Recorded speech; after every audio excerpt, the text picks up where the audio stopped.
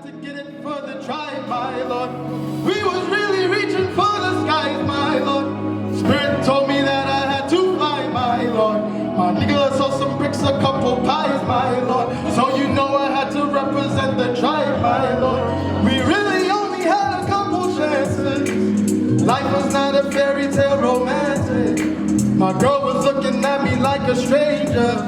Yeah, the family was in danger. The devil tried to snatch me from my manger. I battled everything that he could think of. Did it for the culture, for the thinkers.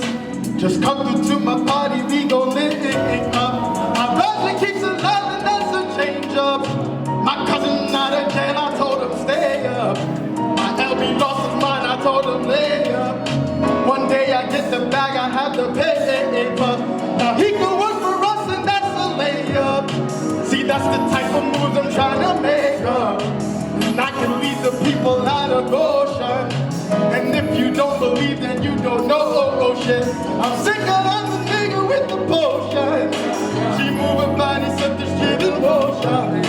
I'm learning how to give you my emotion, so you can see your way across the ocean.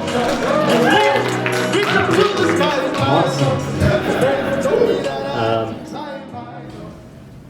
But tell us about your experiences, your observations, and what power you're tapping into in the importance of Black knowledge. Yeah, I think it ties back into sort of that earlier question, in that if you are being sourced with knowledge that doesn't empower you, then knowledge is not power.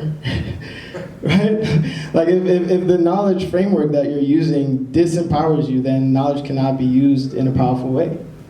Right? And so having gnosis and saying, okay, this is what is factual, right? The good and the bad. It's not a prefabricated thing. It's like, let's actually look at history. Let's actually figure out what happened. Like, let's actually know the truth about what the narrative truly is, not what I necessarily learned in school, because at school, like, Black history pretty much starts with slavery, right? Which, at the very beginning of the narrative, you're already in a disempowered position, right? So to then try to build power of that, it's like almost a ludicrous task, because your first notion starts with, and so for me, it's like, okay, how do we go back to like, yeah, let's like learn the real thing, like how did it get up to that point, and deal with the realities of all those things, right? And let's just deal with the truth.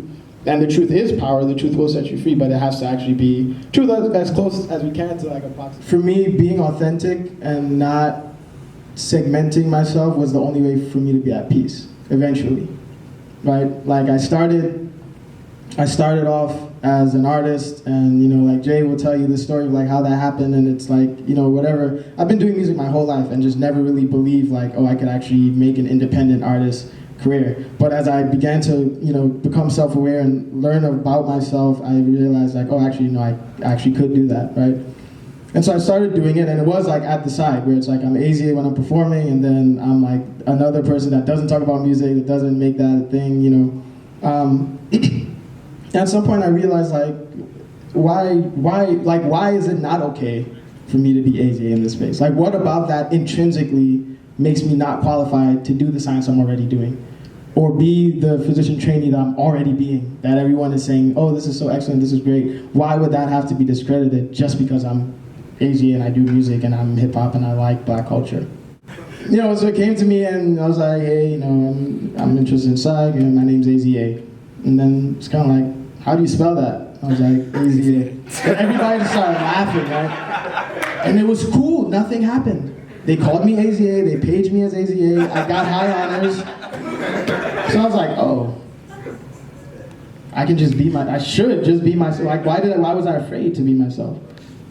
It's almost like I intrinsically believed that if I was that person, that would somehow devalue what I was doing. I believed that about myself.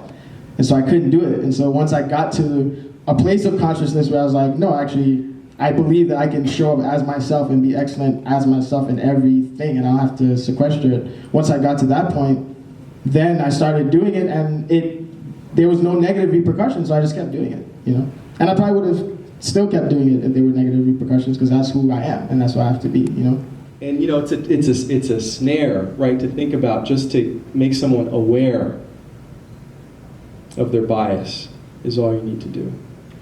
And unfortunately, for the folks who are nodding, you know this, you know, all the data that we have suggests that just being aware of the bias ain't enough. And so I think that that's the first step, acknowledging and becoming aware that you know, folks in positions of power may have internal bias. But I think we all have to think very clearly about sort of what the next step is. Reach into the skies, my Lord. Tell all of your niggas just to try, my Lord. We got higher powers, we can fly, my Lord. Don't you ever let up, never die. Ultimately, it's about changing the culture around what we think science should look like, or what we think the culture of science is or should be.